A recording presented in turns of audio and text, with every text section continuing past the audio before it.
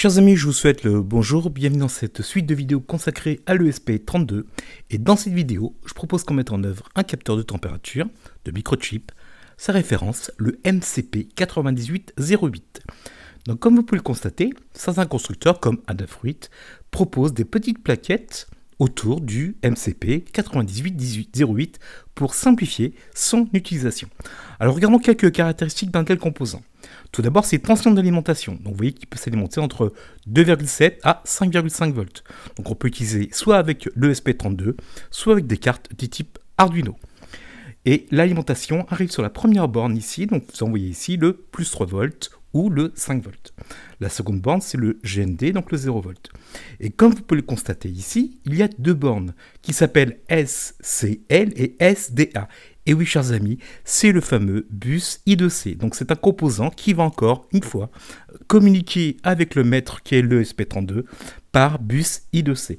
Donc vous reconnaissez le signal d'horloge, le SCL, ici en borne 3. Et juste à côté, vous avez la borne SDA, qui est le fil qui transporte les données. Et regardez ici, juste en haut, vous allez trouver deux résistances ici montées en surface, qui sont les deux résistances de pull-up du bus. N'oubliez pas que le bus I2C, c'est un bus à collecteur ouvert. Il faut mettre deux résistances, une sur la ligne SCL, une sur la ligne SDA. Et le constructeur, Adafruit, a déjà prévu ces deux petites résistances que l'on voit ici. Ensuite, il y a une borne qui s'appelle Alert. Alors c'est une sortie, encore une fois, à collecteur ouvert. Dans un composant comme celui-ci, on peut programmer des températures. Et quand vous dépassez une certaine température critique, par exemple, eh bien la sortie peut être active à l'état haut ou à l'état bas. Donc le constructeur a prévu de sortir le fameux Alert. Et puis vous allez trouver trois entrées que sont A0, A1, A2, qui sont là pour pouvoir changer l'adresse du composant. Donc de base, si vous ne mettez rien en A0, A1, A2, vous aurez l'adresse en hexadécimal 0x18, mais vous pouvez changer cette adresse en positionnant le bit A0, soit A0, soit 1, soit A1, soit A2. Donc on a ici 2 puissance 3, donc c'est-à-dire 8 possibilités. On a ici, on pourrait câbler si vous préférez, 8 MCP9808 sur le bus avec différentes adresses. Alors nous on va utiliser qu'un seul composant, donc par défaut A0, A1, A2 sont par définition, via ces résistances qui sont ici, positionnés à l'état bas. Donc on n'aura pas besoin de mettre quoi que ce soit et en A0 et A1 et A2. Donc les seules branches alimentées, ce sont l'alimentation, le 5 volts ou le 3,3, ici nous 3,3, le GND, ramener le bus I2C par le SCL, le SDA, et on n'utilisera pas le signal alerte et on n'utilisera pas le A0, A1, A2, car nous on va utiliser le composant à l'adresse basique, c'est-à-dire 0x18 en hexadécimal. Alors, donc bus I2C, évidemment, on peut aller jusqu'à 400 kHz fréquence maximale de communication. Un composant comme celui-ci peut mesurer des températures de moins 40 degrés Celsius à plus 125, donc ça fait une plage de variation de température assez conséquente et assez intéressante. On peut également avoir une résolution programmable, on verra ça un petit peu plus tard. On peut programmer la résolution entre 0,5 degrés Celsius et jusqu'à 0,0625 degrés Celsius. Alors par défaut, si vous ne faites rien, votre composant sera par défaut à une résolution de 0,0625 degrés Celsius. Mais évidemment, plus la résolution va être basse, plus le temps de conversion sera élevé. D'accord ? Donc ici, si vous choisissez une résolution de 0,0625 degrés Celsius, eh bien le temps de conversion sera de 250 millisecondes. Et bien maintenant, étudions le principe de fonctionnement d'un tel composant. Dans le datasheet, dans la documentation constructeur, vous allez trouver le premier registre très important qu'ils appellent le register pointeur ou registre pointeur. Comme vous pouvez le constater, c'est un registre de 8 bits, effectivement, de bit 0 à bit 7, donc un registre de 8 bits. Et vous voyez qu'ici, on ne peut pas le lire, on ne peut que écrire dedans. Donc c'est un registre à écriture seule. Alors à quoi sert ce pointeur register ? Comme vous pouvez le constater, ici les bits forts, disons bit 7, 6 jusqu'à 4, ici c'est en 0. Et on va envoyer des 1 et des 0 sur les 4 bits de poids faible. En envoyant des 1 et des 0, vous allez vous orienter vers d'autres registres. D'accord ? Donc en fait, le pointeur register peut être vu comme une sorte de porte. C'est à partir de cette porte-là qu'on accède à d'autres registres. Exemple, si on met 001, autrement dit 1, eh bien on accédera au registre de configuration. On pourra écrire pour changer la configuration du composant ou le lire pour obtenir la configuration d'un tel composant. Donc on peut le voir comme une sorte d'adresse. Si vous mettez 01 au registre bit 0 et bit 3, eh bien vous accéderez au registre de configuration. De même, si on envoie du 0101, donc 5 en hexadécimal ou en décimal, eh bien vous allez accéder au registre qui contiendra la température ambiante. On pourra le lire pour voir quelle est la température ambiante actuelle. Donc il faudra envoyer 0101 dans les bits 0 à bit 3. D'accord? Et on en a d'autres, hein. Donc on va utiliser surtout les trois principaux. Si vous envoyez 1000, eh bien là, vous accéderez au registre qui va paramétrer, donc qui sera en lecture ou en écriture, qui va paramétrer la résolution de votre capteur. Donc ce pointeur registraire est très important. C'est à partir de ce pointeur-là qu'on accédera aux autres registres. Si on met 01 en hexadécimal, on va nous envoyer sur le registre de configuration. Si on met 5, on envoie la personne directement dans le registre de température pour avoir la température ambiante. Et si vous mettez l'adresse 8, entre guillemets, eh bien vous aurez accès au registre qui va paramétrer la résolution de ce composant. Donc vous voyez, c'est un peu spécial, mais c'est un choix qui a été fait par Microchip. Eh bien, étudions maintenant comment changer la résolution d'un tel composant. Donc la résolution, souvenez-vous, c'est le registre 08. Comme vous pouvez le constater, c'est un registre de 8 bits, on va de bit 0 jusqu'à bit 7, et de très nombreux bits ici sont undefined. Donc en gros, on voit comme s'il y avait du 0. Les deux bits qui sont importants, c'est le bit 0 et le bit 1. Ils sont soit en écriture, soit en lecture. En gros, on pourra obtenir en lecture la résolution actuelle du composant, et en écriture, on pourra choisir et imposer la résolution que l'on désire. Donc vous avez compris, hein, il y a deux bits à positionner, soit 1, soit 0. Autrement dit, il y a 4 états ou 4 modes. Si vous mettez 00, donc 00, comme c'est écrit ici, ça correspond au mode, disons, 0. Vous avez une résolution de 0,5 degrés Celsius. Vous avez un temps de conversion à peu près de 30 millisecondes, typique. Si vous mettez, on dira qu'on a le mode 0, d'accord? Si vous mettez 0,1, donc disons le mode 1, vous avez une résolution de 0,25 degrés Celsius. On a un temps de conversion qui est à peu près de 65 millisecondes. On vous a compris, si je mets 1 et 0, j'ai une résolution de 0,125, c'est disons le mode 2. On a un temps de conversion de 130 millisecondes typique. Et enfin, le mode 3, si je mets 1 et 1, vous avez une résolution de 0,0625. Comme vous pouvez le constater, c'est Power Up Default. Donc à la mise sous tension, c'est ce mode-là qui est par défaut. Vous êtes donc en une résolution de mode 3, donc en 0,0625. Et on a un temps de conversion de 250 millisecondes typique. Donc en fonction des bits 0 et bit 1, vous allez changer la résolution, ou vous allez obtenir la résolution. Si vous avez reçu un mot qui vaut 00, eh bien vous avez une résolution de 0,5 degrés Celsius. Si vous tenez 1 et 1 sur les bits 0 et 1, vous avez une résolution de 0,0625. On peut le lire, on peut l'écrire. Alors regardons maintenant comment s'effectue ce transfert de données entre le maître, donc le SP32, et l'esclave, le MCP9808. Imaginons que l'on veuille imposer une certaine résolution. Donc en tout premier lieu, ici, il faut s'adresser à l'esclave. Donc le maître va positionner l'adresse de l'esclave. Et il faut qu'il indique à l'esclave qu'il va écrire. Donc on positionne les 7 bits de l'adresse et le maître va imposer le bit de poids faible de l'adresse comme écriture. Je vais t'écrire. On attend la réception et la bonne acquisition de l'esclave. Et maintenant, on va envoyer encore un mot de 8 bits qui va stipuler sur quel registre on veut travailler. Parce qu'on s'adresse directement au pointeur. Donc le pointeur, le registre pointeur va recevoir 0,8. On envoie ici 0 bits en mettant les 1 et les 0. D'accord? Donc l'esclave reçoit 0,8. Il sait qu'il doit mettre en œuvre le registre de résolution. On attend la confirmation de l'esclave. D'accord? L'esclave a bien reçu l'information. Je veux m'adresser au registre de résolution. Et bien maintenant, j'envoie la donnée que je veux pour la résolution que je choisis. Exemple, si vous mettez ici les bits de poids faible à 1 et 1, vous avez choisi une résolution de 0,0625. Si vous mettez ici 0 et 0 sur les bits de poids faible, bit 0 et bit 1, eh bien vous imposez une résolution de 0,5 degrés Celsius. Évidemment, on attend l'acquisition de l'esclave pour ensuite enchaîner sur d'autres choses. Donc vous voyez, le transfert de données est très simple. L'esclave reçoit une adresse, son adresse. Il comprend que c'est une écriture parce que le maître ici aura positionné en bit de poids faible ici une écriture. L'esclave va recevoir l'adresse vers laquelle il doit pointer, entre guillemets, ici 08, donc il sait, donc le capteur sait on va s'adresser au registre de résolution. Il acquiesce le fait qu'il a bien compris le message, donc acquisition, et maintenant il va recevoir la donnée proprement dite, donc la résolution imposée, via le mot ici sur 8 bits, et qui contiennent surtout les deux bits de poids faible ici, le bit 0, bit 1. Ici, par exemple, j'impose une résolution de 0,0625.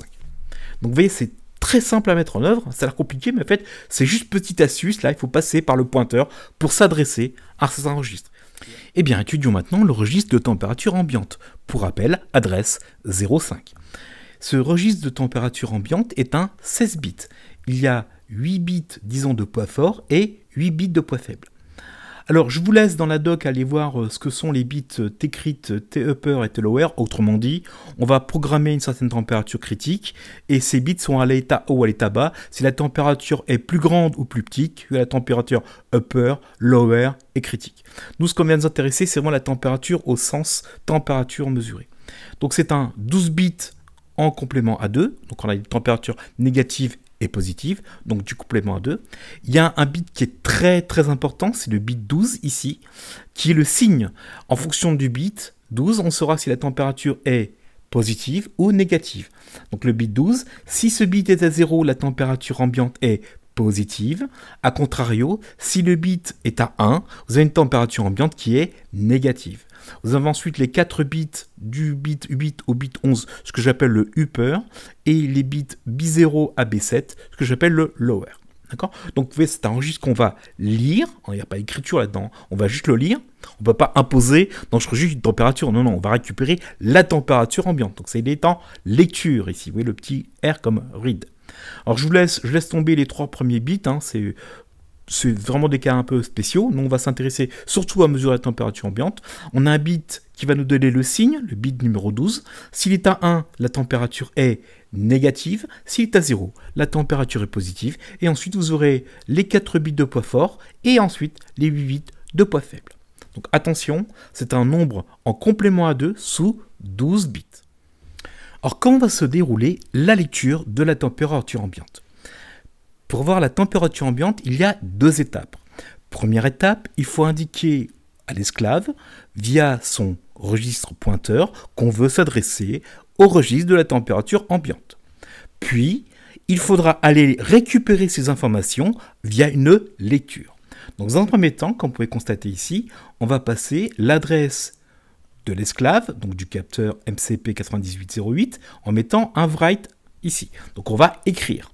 On attend l'acquiescement du récepteur MCP9808 et on doit envoyer dans le pointeur l'adresse 05 ou le contenu 05 parce qu'on va aller lire le contenu de la température ambiante. Donc on envoie ici le mot 05. On attend la réception de l'information par le récepteur, donc par le capteur, et maintenant on va se mettre en lecture. Le capteur va nous renvoyer les données sous forme de 2 paquets de 8 bits. D'abord un premier paquet avec le poids fort et puis un deuxième paquet avec les poids faibles. Comment ça se passe? Donc ici, l'esclave va recevoir par rapport au maître l'adresse et il va positionner, le maître va positionner le bit de poids faible à read. Donc il sait maintenant qu'il a une lecture à faire. Et puis maintenant, on va récupérer la partie poids fort dans une variable qu'on va traiter plus tard. Et on va acquiescer le fait que, ok, j'ai bien reçu ce poids fort de ta donnée, et maintenant on reçoit le poids faible de la donnée. Imaginons qu'on reçoive ici un 0, 0, 0, un 0 ici, un 0, 0, 0, 1. Donc en poids fort, qu'est-ce que ça veut dire tout ça? Alors j'oublie les 3 premiers bits, d'accord? Le 4e bit ici, eh bien c'est le fameux signe. Or le signe ici, comme on peut le constater, il est à 0. Autrement dit, la température que je reçois est une température positive. Ici je reçois un 0, ici je reçois un 0, ici encore un 0 et ici un 1. Autrement dit, le poids fort que je reçois, le MSB, est à 1 ou 1 en décimale.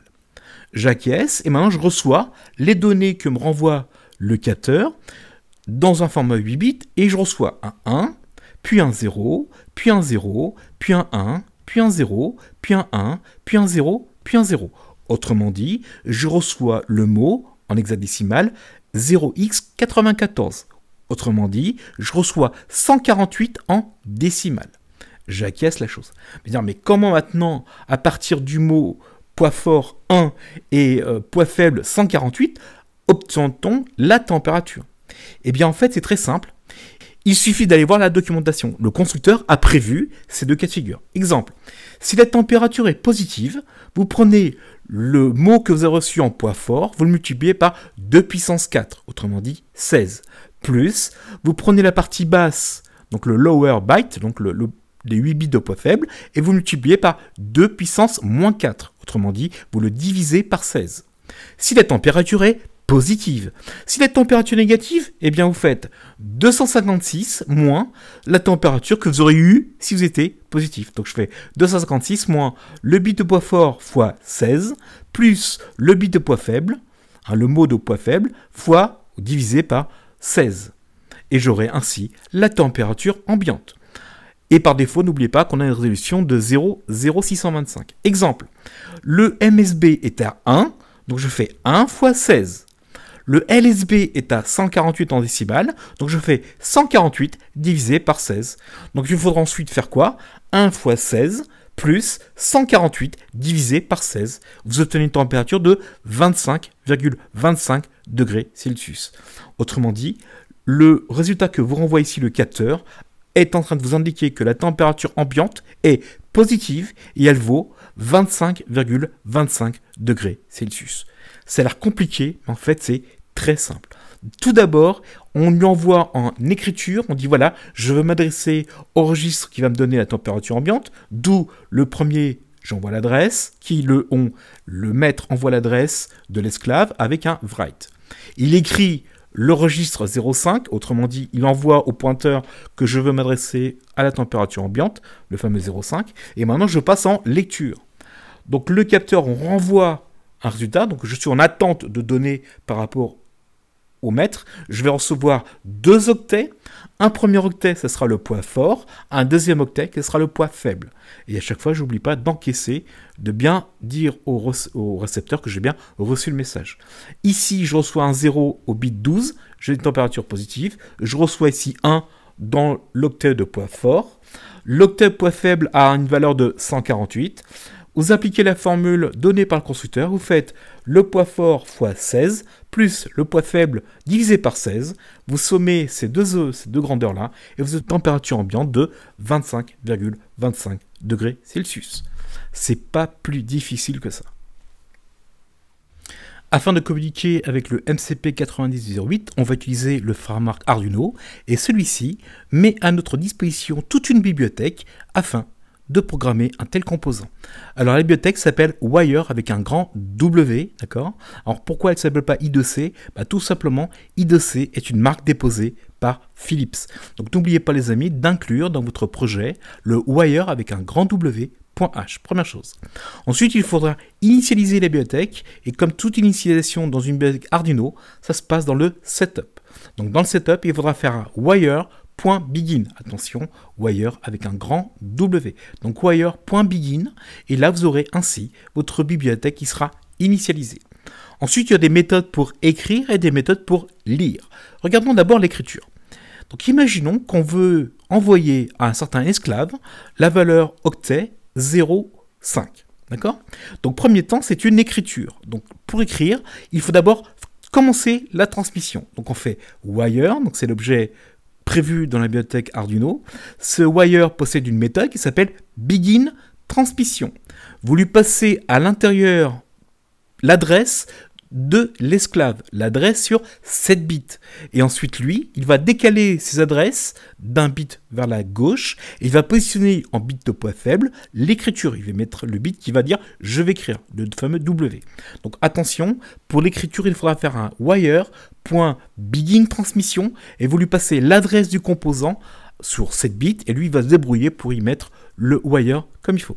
Et ensuite pour écrire, eh bien c'est tout simplement le write. Donc je fais wire .write et je lui envoie l'octet que je désire envoyer par les en série. Et quand votre transmission est finie, il ne faudra pas oublier de faire un wire.end transmission pour stipuler à l'esclave que la transmission est terminée. Donc, vous voyez, l'écriture est très simple. Il y a 3 mots importants. L'objet wire possède 3 méthodes. Première méthode, begin transmission. Vous lui passez en argument l'adresse de l'esclave, en fait sur 7 bits. Lui ensuite, il va vous mettre le bit de poids faible en écriture. Ensuite, pour écrire, vous faites un write, tout simplement. Vous lui passez la valeur que vous voulez écrire, l'octet que vous voulez écrire. Et à la fin de vos écritures, n'oubliez pas de faire un wire.end transmission, donc transmission terminée. N'oubliez pas les parenthèses pour indiquer que l'écriture est achevée dans ce cas de figure-là. Pour la lecture, il y a un peu la même chose. Donc la lecture, en général, on va récupérer un certain nombre d'octets. Et bien, comment ça se dit? Ça se dit par wire, donc c'est l'objet que propose Arduino. Sa méthode est request from. Donc je vais recevoir un certain nombre d'octets, c'est ça que ça veut dire. Donc vous lui passez en premier argument l'adresse sur 7 bits. Le maître va s'arranger pour mettre en bit de poids faible. Il va décaler les bits vers la gauche et il va mettre en poids faible le bit qui va dire lecture.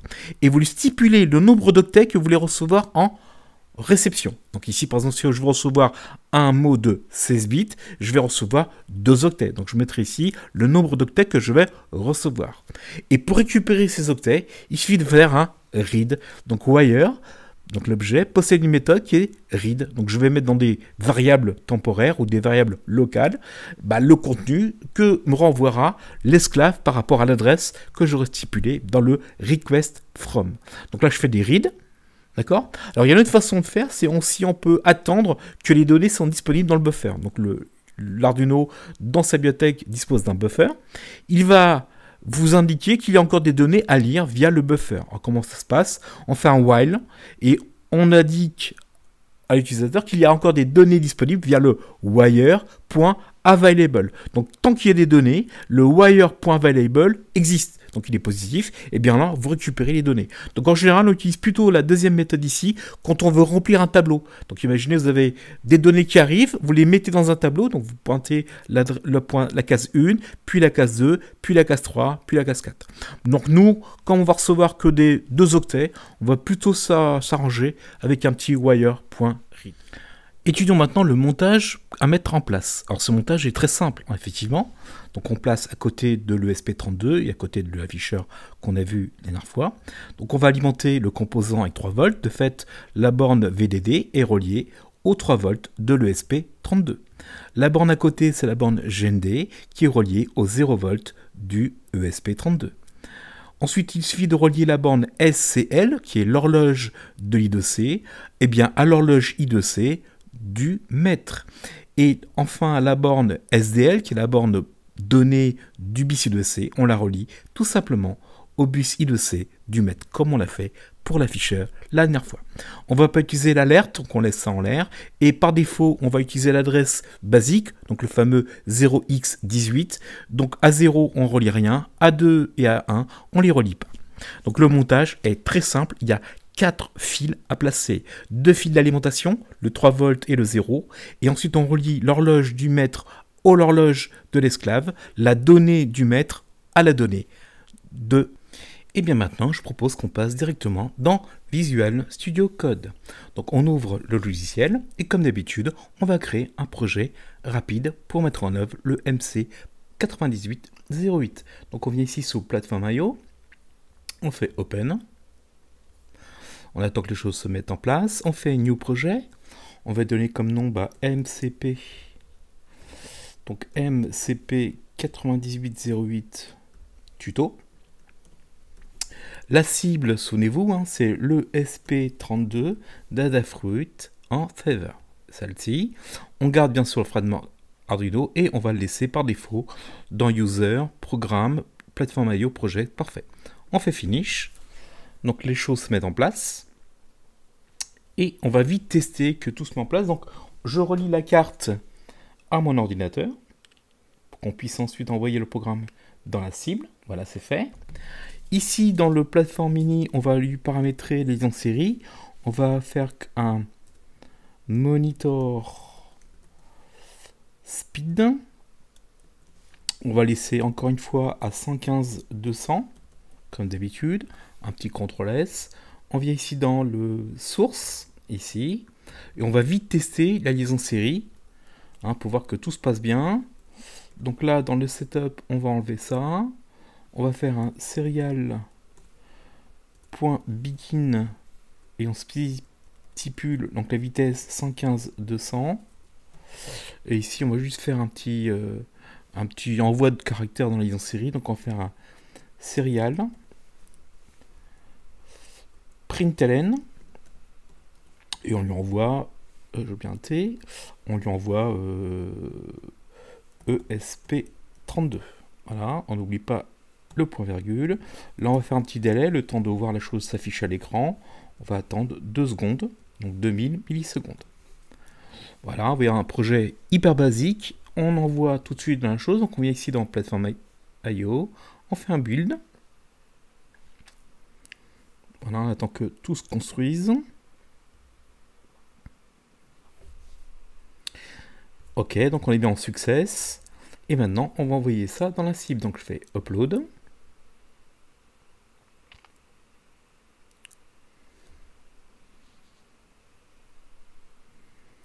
On vient d'écrire dans le flash de l'ESP32. Et maintenant, je vais faire un monitor pour voir si les choses arrivent via la liaison série. Donc on va afficher ESP32 qui s'affiche. Parfait. Donc le projet est en place. On va pouvoir maintenant entamer la programmation pour le MCP 9808. Donc en premier lieu, on va tout de suite importer la bibliothèque qu'on a besoin, donc le fameux wire.h. Voilà, ça c'est fait. Donc on a à demeure ici la bibliothèque pour utiliser le BC2C. Alors on va tout de suite créer des constantes qui vont contenir l'adresse du composant ainsi que les différents registres, à savoir la température ambiante et le registre qui contiendra la résolution. On peut encore une fois faire des const ou des define. On va par exemple faire des define. Donc on fait un dièse, on fait un petit define. On l'appelle MCP. Alors moi par définition, tout ce qui est constante, je les mets en majuscule. Donc MCP 98, on va pas mettre l'underscore, on va faire 9808 adresse. Attention les amis, espace et non pas égal, donc 0x18 en hexadécimal. Je vais également définir le MCP 9808, on va dire la température, donc temp registre. Celle-ci, c'est le 0x05. Donc, on aura besoin pour ensuite aller mesurer la température ambiante. Et on va faire également une constante pour accéder au registre de la résolution. Donc, je vais l'appeler 9808 underscore résolution registre. Espace, c'est 0x08. Voilà, donc j'ai ici mes 4 constantes pour la suite. Donc l'adresse de mon composant, l'adresse entre guillemets pour communiquer avec le registre température et le registre de la résolution. On va créer ici tout de suite les prototypes. Alors quel type de fonction va-t-on créer? On va créer déjà une première fonction qui va nous permettre de imposer un certain résolution. On va l'appeler setRésolution.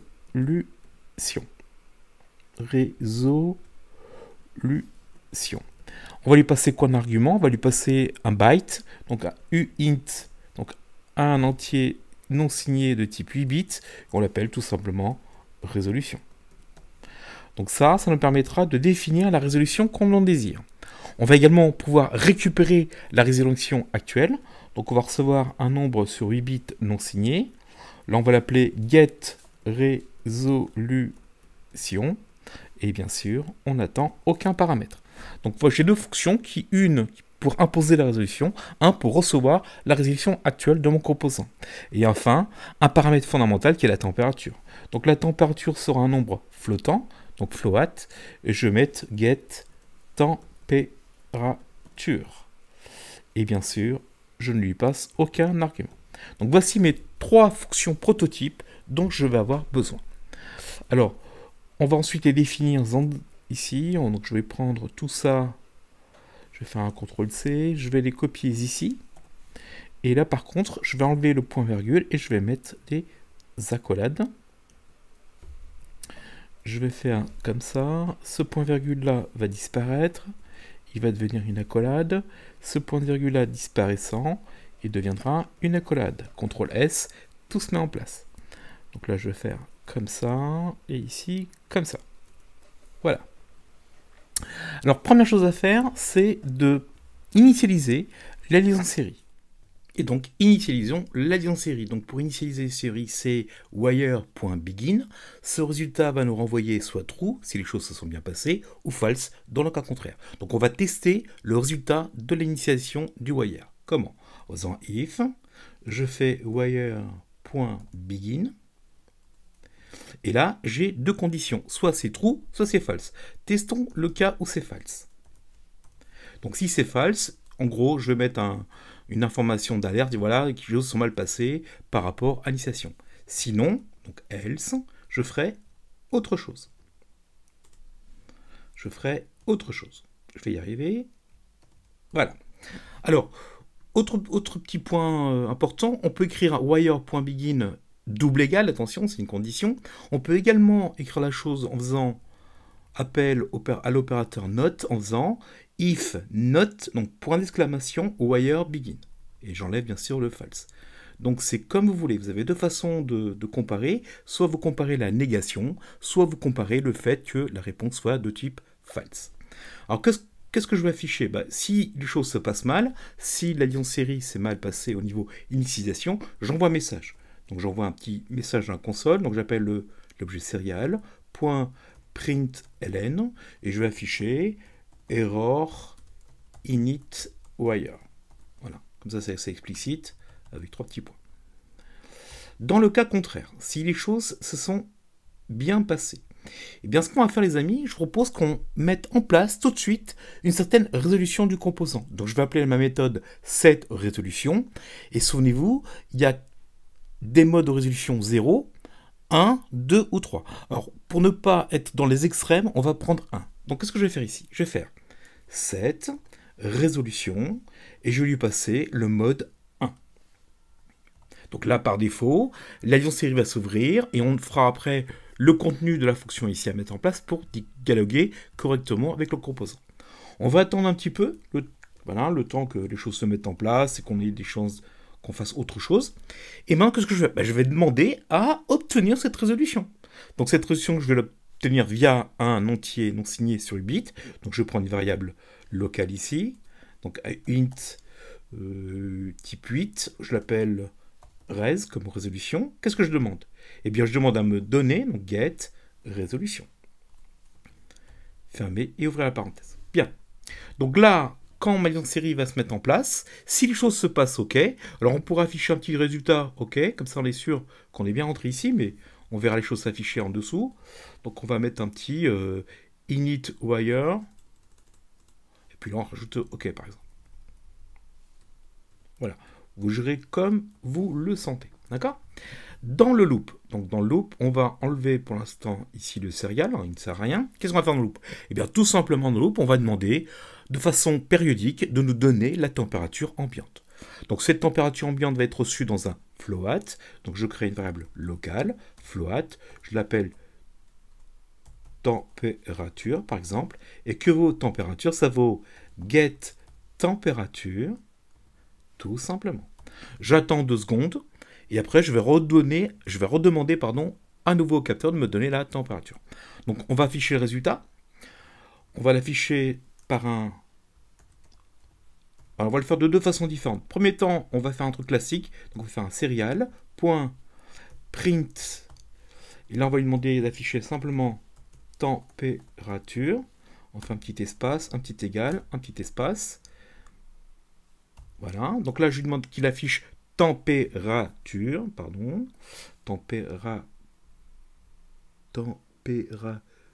j'apprends à écrire, hein. Et ici je vais écrire un serial, println,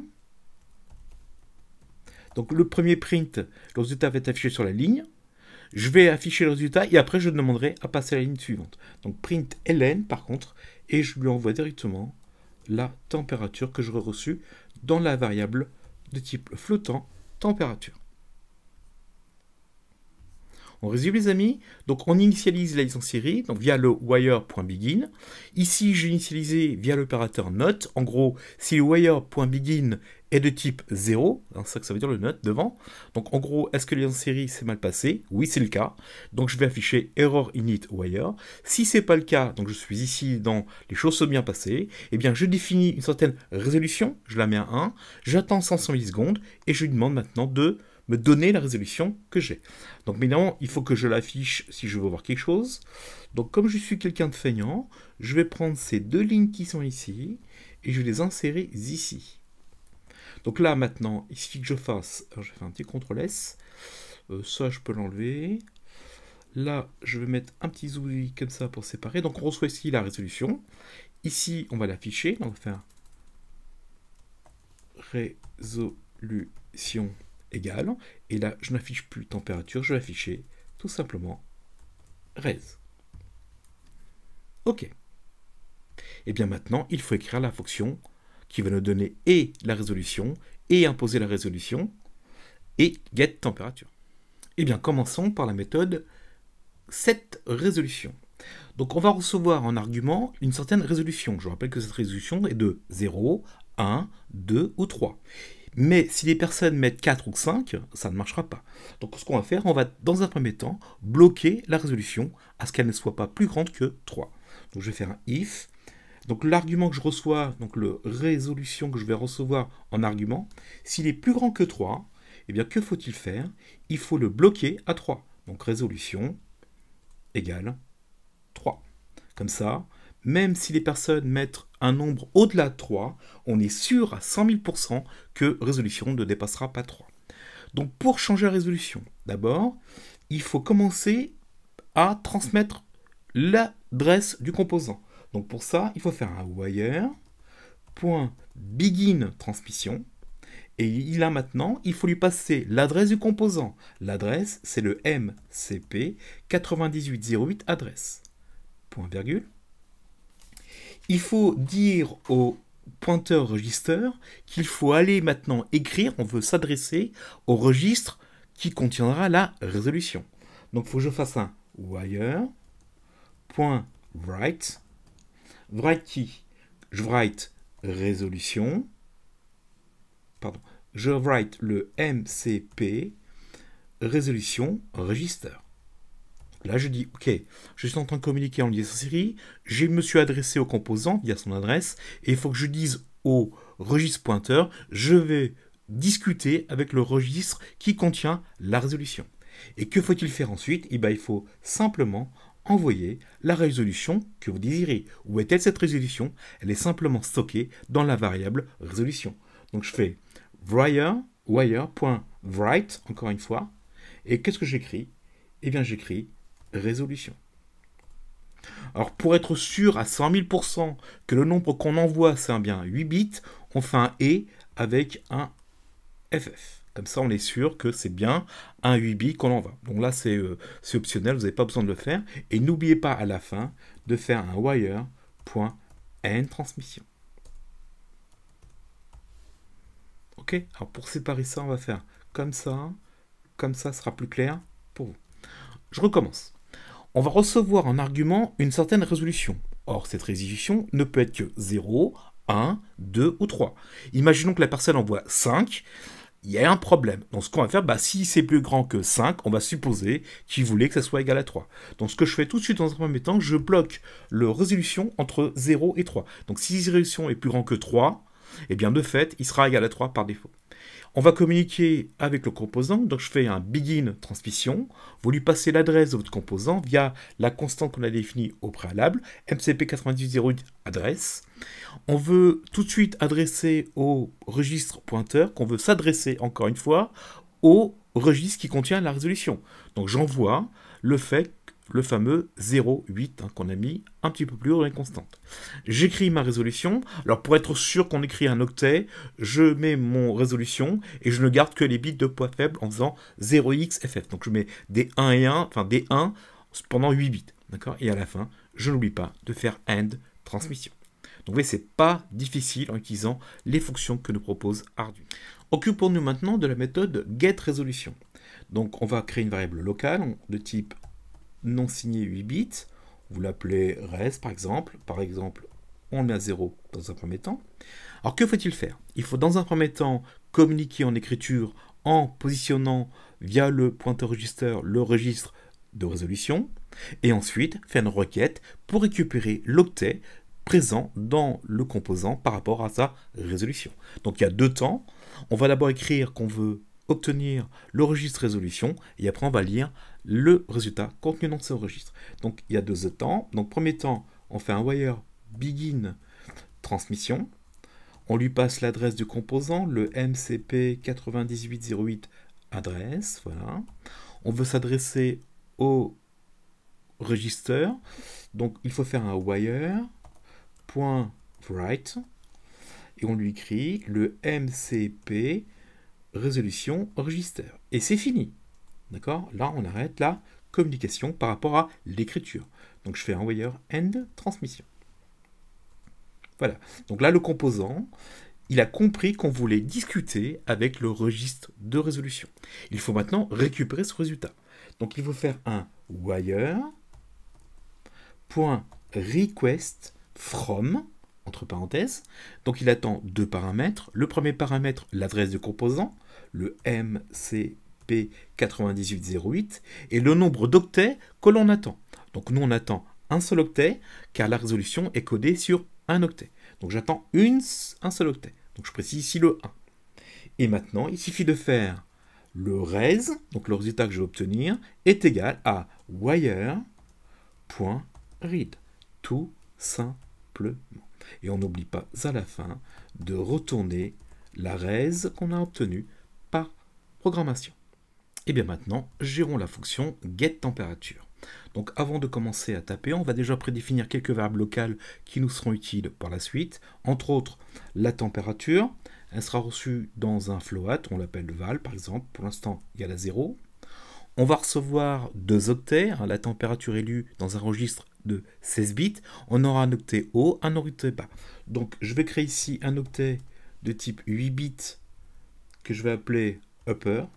Vous l'appelez comme vous voulez, moi j'appelle upper comme état haut. Et je vais également créer un 8 bits non signé que j'appelle bien sûr lower. Et pour l'instant, tout ceci est à 0. D'accord? Donc encore une fois, on va s'adresser au composant, on va lui demander qu'on veut la température par rapport à son register. Et ensuite, on va faire des requêtes de lecture. On aura à demeure deux octets, un point fort en début, puis un point faible en second. Donc on commence par un wire.begin transmission, encore une fois. On lui passe l'adresse du composant, je pense que vous avez compris maintenant. Ensuite, il faut lui écrire le registre que l'on veut obtenir en faisant un wire. Le registre s'appelle MCP temp register, évidemment. Et on n'oublie pas à la fin de dire, écoute, l'écriture est terminée. Je fais un end transmission. Voilà, ça c'est pour l'écriture. Et maintenant, je vais passer à la phase de lecture. Donc, je vais faire un wire.request from. From qui? From le MCP 9808 adresse. Et cette fois, j'attends deux octets. J'attends le MSB, puis le LSB. Non, le LSB, pardon. Donc on reçoit d'abord les poids forts et ensuite on reçoit les poids faibles. Donc je vais commencer à mettre dans mon upper qui, je vais faire wire.read. Et tout de suite après, je vais faire un lower égal wire.read. Et je n'oublie pas d'ouvrir et de fermer mes parenthèses. Par exemple ici, j'ai oublié de fermer mon petit point virgule. Voilà. Ok, maintenant on reçoit les résultats. On va maintenant faire le traitement. Voilà. Alors, je vous avoue que c'est pas facile de taper en même temps de parler dans un micro, hein. Je vous garantis, c'est un peu bizarre. Ok, on fait le traitement. Donc, qu'est-ce qu'on va faire? Bon, on va s'intéresser au signe. Donc, ce qu'on va faire ici, on va s'intéresser au signe. Donc, le signe, ce sera un 8 bits, un classique, un 8 bits non signé. Voilà. Et on l'appelle signe. Pour l'instant, on va mettre à 0. Et on va regarder tout de suite dans le nombre qu'on reçoit si la température est positive ou négative. Alors comment faire? Eh bien on va simplement aller voir le bit qui correspond, donc c'est le 12e bit, hein. Je vous renvoie à la documentation du constructeur, c'est le 12e bit, on va tester la validité du 12e bit, on va faire un masque de bits. En gros, c'est-à-dire que le signe, c'est quoi? Bah, je prends mon registre upper et je lui fais un et avec qui? Alors je vais le faire en binaire, ce sera plus simple. Donc 0B, donc ça sera 3 0. Le 1, donc ça correspond ici à mon signe. Et après, tous les autres bits, je les oublie. Donc 1, 2, 3, 1, 2, 4. Donc je compte 1, 2, 3, 4. 1, 2, 3, 4. Voilà. Donc ça permet de faire un masque, hein. Vous avez dû voir ça en cours. Ça s'appelle un masque pour le bit de signe. Donc à la sortie de cette comparaison, j'ai deux résultats possibles. Soit signe vaut 0, soit signe est autre que 0. Donc si le signe est 0, on a une température positive. Si le signe vaut 1, eh bien on a une température négative. Ok, donc le signe, c'est fait. Maintenant, on peut se débarrasser des 3 bits qui sont dans le registre, hein, les 3 premiers bits. Vous vous souvenez que par rapport aux comparaisons de T critique, la température critique, la température... Donc on va enlever ces 3 bits dans notre upper. Autrement dit, je fais que upper est égal à upper. Je vais encore faire un et, logique. Et là, je vais enlever les 3 premiers bits. 1, 2, 3... Et par contre, je vais garder les autres. 1, 2, 3, 4. Donc là, je viens de me débarrasser des 3 bits par rapport à la température. La température, n'oubliez pas que c'est 12 bits en complément à 2. Il y a les 12 bits, le signe, et puis après les 3 autres bits qui permettent de voir si la température est plus grande que ce qui est critique, etc. Donc ça, je m'en fous. Donc du coup, je les enlève avec le et qui est ici. Et maintenant, je vais simplement faire le traitement. En gros, qu'est-ce que c'est val? Bah, val, c'est quoi? Val, je prends la partie entière, upper, je la multiplie par 16. Mais si je fais ça, le compilateur va faire une multiplication entière. D'accord? Moi, je veux que le résultat soit de type flottant. Donc, je vous invite à faire... Alors, on pourrait caster le upper et de tout mettre en flottant, mais là, ça n'a aucun intérêt. Il suffit de rajouter 0.0 pour stipuler au compilateur que c'est un nombre à virgule qu'on veut à la fin. Donc, je prends la partie entière, la partie... entière en supprimant tout ce qui a été enlevé, les 3 bits de comparaison. Ceci, je multiplie par 16, donc je renvoie à ce qu'on a fait la dernière fois. Plus, il faut maintenant le lower divisé par 16. Mais encore une fois, si je fais diviser par 16, il va faire une division entière. Moi, je ne veux pas une division entière, je veux une division avec une fraction rationnelle. Donc, je veux être 0.0 pour être sûr à 100% que val sera un nombre à virgule, à flottant. D'accord? Et bien maintenant, j'ai un résultat. Mais ce résultat n'est valable que si le signe a été que la température est positive. Si la température est négative, il faut faire une opération en plus. Donc, si le signe que l'on reçoit, qu'on a traité, qu'on a reçu, d'accord, est plus grand que 0, je dois faire une opération autre, il faut que je dise que val, c'est 256 moins val. Donc là, je vous renvoie à ce qu'on a fait la dernière fois. A contrario, si le signe est négatif, ben le résultat, il est déjà ici. Et il suffit maintenant que je vais faire un return val. Tout simplement. Allez, on recommence vite fait. Je crée ici 4 valeurs. Que sont-ce? La valeur qui va contenir la température qui sera reçue par le composant. C'est un type flottant, je crée un float. Je vais recevoir 2 octets, un octet de poids fort, un octet de poids faible. L'octet de poids fort, je l'appelle upper, de type 8 bits. L'octet de poids faible, je l'appelle lower, de type 8 bits. Et je vais aussi, dans ma fonction, traiter le signe. Donc le signe, je le mets dans un 8 bits. Je demande à communiquer partir de l'adresse du composant, je vais communiquer avec le registre de température. Je reçois ici, j'envoie ici en écriture le MCP90 température register. Ensuite, je dis à mon composant, maintenant que je t'ai paramétré le registre température, je vais recevoir, d'où les 2 octets ici, je vais recevoir le poids fort en début et le poids faible en deuxième temps. Alors, tout de suite, on va masquer pour voir si on a une température positive ou négative. Donc je fais un masque entre le upper que je reçois et le 12e bit qui est le bit de signe.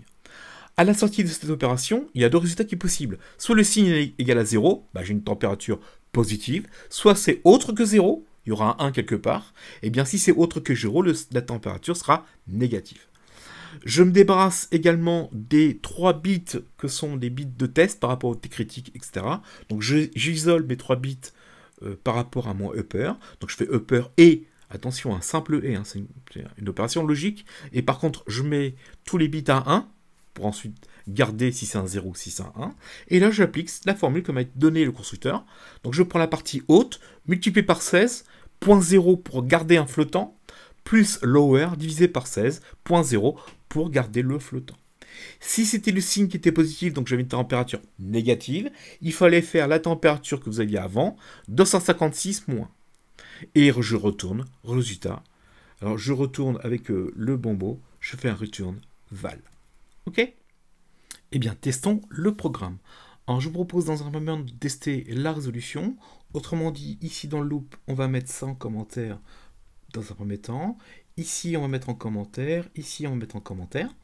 Bon, on peut laisser. On va juste regarder que notre set résolution fonctionne et notre get résolution fonctionne. Pour rappel, les amis, ici, on a mis une résolution de 1. D'accord? Donc, on est en mode 1, ce qui fait une résolution. Donc, en 0, on a une résolution de 0,5 degrés Celsius. Là, on a une résolution de 0,25 degrés Celsius. Et on va voir si ça fonctionne. Donc, on enregistre ceci. On refait un build dans notre système. On est en success.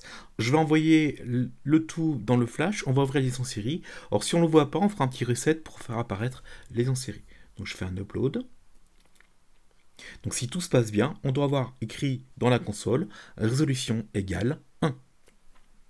Alors on va changer la résolution pour effectivement vous montrer que ça fonctionne. Donc regardez les amis ici. On va uploader et monitor.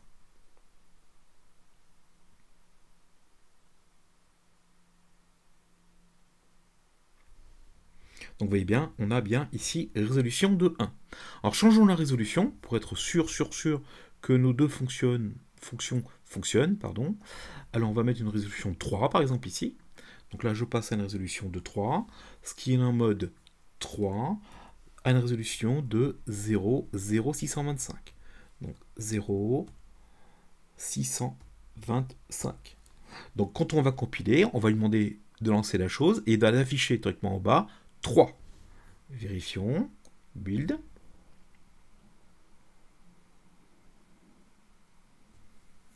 Voilà, c'est fait. Upload and monitor. Et donc si tout se passe bien, on doit afficher en bas 3.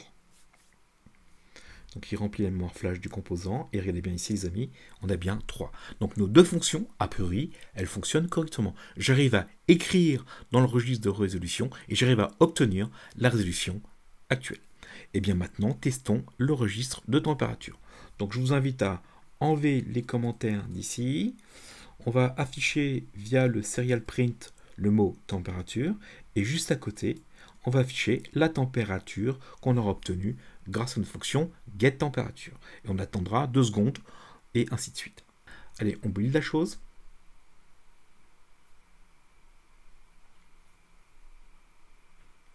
Voilà, on est en success. Upload et monitor.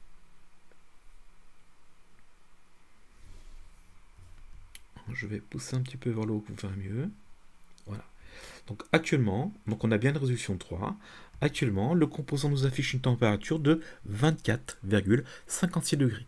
D'accord? Donc on est le 14 mai 2022 et il fait effectivement très chaud dans la région parisienne. Alors là, on a utilisé pour afficher les trucs disons les choses qui sont classiques, on fait un serial print. Alors on va changer un tout petit peu. On va afficher avec des serial printf en formaté. Qu'est-ce que ça nous dit? On va enlever tout ça. Grâce à l'ESP32, l'objet serial possède une méthode qui s'appelle printf, donc formaté. D'accord? Donc on met entre parenthèses. Ici, on va écrire température, classique. On met un espace égal. Alors pour formater, ça c'est vos cours de première année, on fait un %. C'est un flottant. Et je veux qu'il y ait par exemple 2 chiffres après la virgule. Donc je fais .2 f pour flottant. Ensuite, il va nous afficher le résultat. Je veux qu'il passe à la ligne et qu'il fasse un retour chariot et qu'il soit à la ligne. Donc je fais anti-slash, retour chariot, anti-slash, nouvelle ligne. On ferme la parenthèse, on ferme les guillemets, virgule, et là vous mettez température. Donc c'est un peu plus rapide à écrire que de devoir écrire serial print température puis println. En faisant un seul mot, grâce au printf, je mets température égale. Là vous formatez la valeur. Ici c'est un flottant. Je mets 2 chiffres après la virgule de type flottant. Et n'oubliez pas à la fin de faire un /r/n pour qu'ensuite on revoit les résultats les uns en dessous des autres. Donc regardons si ça fonctionne. On fait un build.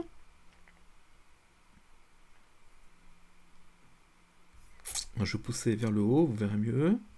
Voilà. On fait un upload and monitor. Voilà, il l'envoie dans sa mémoire flash. Et on doit théoriquement obtenir la même chose que tout à l'heure, mais en utilisant une seule ligne. Donc là, on a une température qui varie entre 24,62, 24,56. Alors ce que je vais faire les amis, je vais poser mon doigt sur le capteur. Donc vous allez voir que la température théoriquement doit augmenter. Donc je pose mon doigt sur le capteur. Donc on passe à 28, 28, 28,50. Donc on va augmenter jusqu'à avoir un certain seuil. 69. Là j'enlève mon doigt. Et vous voyez que la température descend.